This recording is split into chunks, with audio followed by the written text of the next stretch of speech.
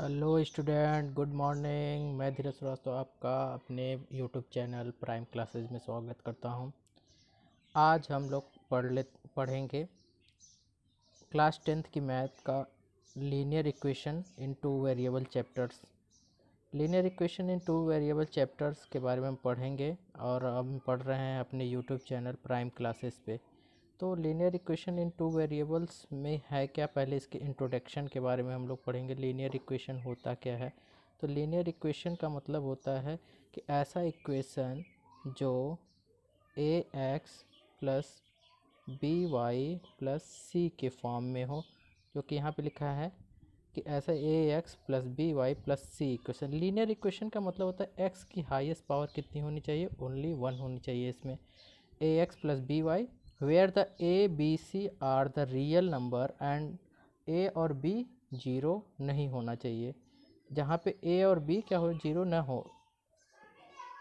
Real number तो होना चाहिए, ए और बी रियल नंबर होना चाहिए, बट जीरो नहीं होना चाहिए। सी जीरो हो सकता है, कोई ए एक्स प्लस बी वाई हो सकता है, लेकिन ए और बी जीरो नहीं हो सकता है।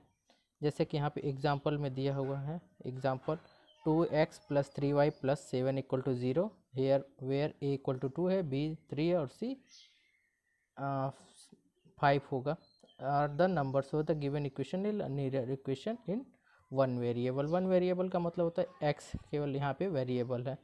जनरल फॉर्म आप देख लेते हैं, general form of the linear equation. Linear equation में जनरल फॉर्म इसका होता है कि A one X plus B one Y plus C one. और दूसरा अगर इक्वेशन एक हो गया, अगर दूसरा इक्वेशन है तो क्या होगा, A two X plus B two plus C two. दो इक्वेशन इस तरह से, अगर तीसरा भी होगा तो A three X plus B three Y plus C three हो जाएगा। और A one A two B two जो भी है, ये सब क्या होने चाहिए, रियल नंबर होना चाहिए। ठीक है। अब जब ये लीनियर इक्वेशन है तो लीनियर इक्वेशन को सॉल्व करने का तरीका भी होना चाहिए। लीनियर इक्वेशन को कैसे सॉल्व करते हैं? Solution of linear equation, solution of the linear equation in two variable. जो टू वेरिएबल है एक्स और वाई, इसमें दो वेरिएबल्स हैं एक्स और वाई। तो इसको सॉल्व करने के लिए हमको क्या होना चाहिए, एक्स और वाई दो वेरिएबल है तो एक्स और वाई दोनों की वैल्यू आएगी। तो दो वेरिएबल्स पता करने के लिए दो तरीके होते हैं, एक होता है अलजेब्रिक मेथड और दूसरा होता है ग्राफिकल मेथड। अलजेब्रिक मेथड और ग्राफिकल मेथड। तो सबसे पहले हम देख लेते हैं अलजेब्रिक मेथड के बारे में। अलजेब्रिक मेथड क्या होता है? जो दो इक्वेशन हमारे पास हैं, A one X plus B one Y plus C और दूसरा A two X plus B two Y plus C two. तो ये दो इक्वेशन हैं। अगर दो इक्वेशन हैं ये, तो इन दो इक्वेशन बन गया, तो दो इक्वेशन को सॉल्व करेंगे तो इसमें से एक्स और वाई दोनों की वैल्यू आएगी, एक्स और वाई की वैल्यू। तो इन दोनों एक्स और वाई की वैल्यू पता करने के तीन तरीके होते हैं। पहला तरीका जो है वो है सब्स्टिट्यूशन मेथड, दूसरा मेथड है एलिमिनेशन मेथड और तीसरा है क्रॉस मल्टीप्लिकेशन, जिसको हम लोग बारी बारी से पढ़ेंगे। सबसे पहले पढ़ेंगे सब्स्टिट्यूशन मेथड, फिर एलिमिनेशन मेथड, फिर क्रॉस मल्टीप्लिकेशन मेथड को बारी बारी से पढ़ेंगे सेकेंड पार्ट में। इस पार्ट में सब्स्टिट्यूशन मेथड से कैसे अलजेब्रिक इक्वेशन को सॉल्व किया जाता है ये हम लोग पढ़ेंगे। एलिमिनेशन मेथड से कैसे सॉल्व किया जाता है, क्रॉस मल्टीप्लिकेशन मेथड से कैसे सॉल्व किया जाता है। दो इक्वेशन है तो उसको सब्स्टिट्यूशन से, एलिमिनेशन से और क्रॉस मल्टीप्लिकेशन से कैसे कैसे सॉल्व करेंगे। एक टर्म है इसमें इनकॉन्सिस्टेंट, क्या होता है, a pair of linear equation which has no solution is called inconsistent pair of linear equation. In the case of, जो अगर हमारे पास दो equation A one X plus B two Y plus C one है और जो A two X plus B two Y plus C two, तो इसमें अगर A one upon A two plus A one upon A two sorry equal to be one upon B two हो, लेकिन not equal to C one upon C two हो, तो ये क्या कहलाएगा, इंसिडेंट कहलाएगा, इनकॉन्सिडेंट कहलाएगा। जैसे ax plus 2y minus 4 equal to 0 है और 2x plus 4 minus 12 equal to 0। तो ये अगर इसका हम ग्राफ बनाए तो क्या होगा, एक पैरेलल आएगा। मतलब अगर दो ग्राफ बनाएंगे तो अगर ये पैरेलल आते हैं तो क्या कहलाता है, ये इनकॉन्सिडेंट कहलाता है। कॉन्सिडेंट क्या होता है, a pair of linear equation in the two variable which has solution, जो सोल्यूशन हो इस कार्ड कंसिडेंट। मतलब जो अगर एक लीनियर इक्वेशन है उसको सॉल्व करने के बाद कोई ना कोई सोल्यूशन प्राप्त हो तो वो क्या कहलाता है कि linear equation. In the case of lines में इंटरसेक्ट अ सिंगल पॉइंट। मतलब इसमें जो इसका जो ग्राफ बनता है, वो जो यहाँ पे जो ग्राफ बन रहा था वो कैसे बनता था, ये ग्राफ बनेगा पैरेलल लाइन। दो लाइंस अगर ग्राफ पे बनाएंगे तो वो पैरेलल लाइंस बनेंगे, दो इक्वेशनों की ग्राफ बनाएंगे तो पैरेलल। लेकिन जो इन ये कॉन्सिडेंट का बनेगा तो वो क्या करेगा कि दो ग्राफ बनाएंगे तो इसका जो ग्राफ बनेगा वो कहीं ना कहीं एक पॉइंट पे क्रॉस करेगा। तो यहाँ पे क्रॉस कर लिया, या तो ऐसे ऐसे क्रॉस कर लिया, किसी भी तरीके से दो पॉइंट पे ये क्रॉस करेगा। हाँ, तो हमारा चैनल देखिए नया है तो इसको प्लीज़ लाइक करिए, शेयर करिए और सब्सक्राइब कर लिए, तीनों काम करिए। लाइक कर लिए जो, और कई लोगों को शेयर करिए जो पढ़ सकते हैं क्लास 10th का, और इसको सब्सक्राइब ज़रूर करिए। तो आगे हम जो पढ़ेंगे हम लोग ग्राफिक मेथड से कैसे हम लोग सॉल्व करते हैं ग्राफ से कोई क्वेश्चन।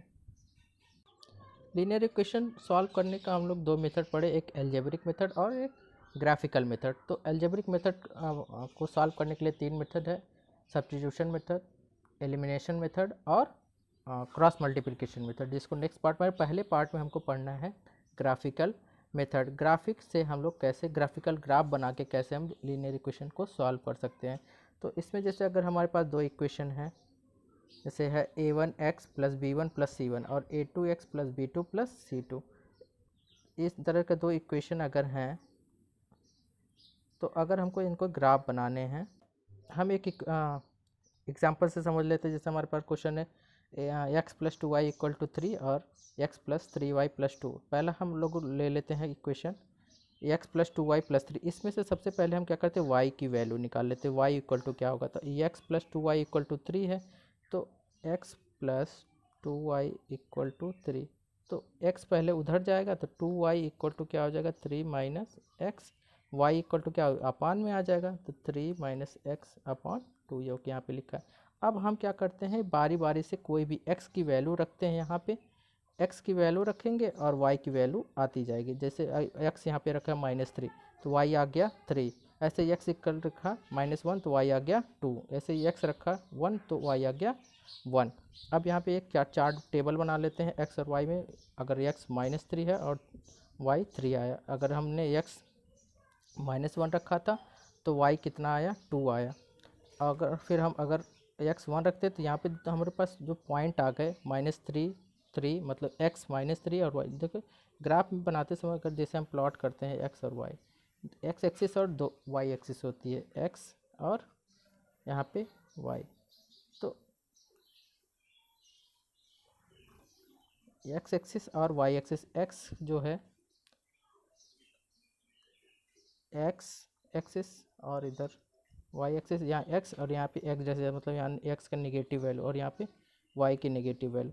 जो दो पॉइंट हमारे पास आए, जैसे अब आया था पॉइंट -3 और 3, तो अब इसको पहला पॉइंट हम जो वहाँ पे डिनोट करेंगे, यहाँ पे देखें पहला पॉइंट जो हमारा a था -3 और 3, मतलब x y पे हमको जाना। कोऑर्डिनेट आपने पढ़ा होगा कि जैसे पहले इक्वेशन में क्या होता है कि x और y दोनों प्लस होते हैं, ये आप 9th क्लास में पढ़ेंगे। फिर दूसरे में क्या होता है कि x जो है प्लस होता है, y माइनस होता है। तीसरे में क्या होता है, दोनों माइनस होते हैं। चौथे में क्या होता है, एक प्लस होता है और एक माइनस होता है। तो अब इसी से आप लगा सकते हैं कि कौन सी वैल्यू कहाँ पे कौन सा पॉइंट कहाँ पे जाएगा, कोऑर्डिनेट कौन से कोऑर्डिनेट में होगा। तो जब पॉइंट निकाल लेंगे उसके बाद दोनों इक्वेशन को हम जो जो लाइन होंगी जहाँ जहाँ पॉइंट आएंगे उसको मिला देंगे, इसी तरह से जैसे मिलाए।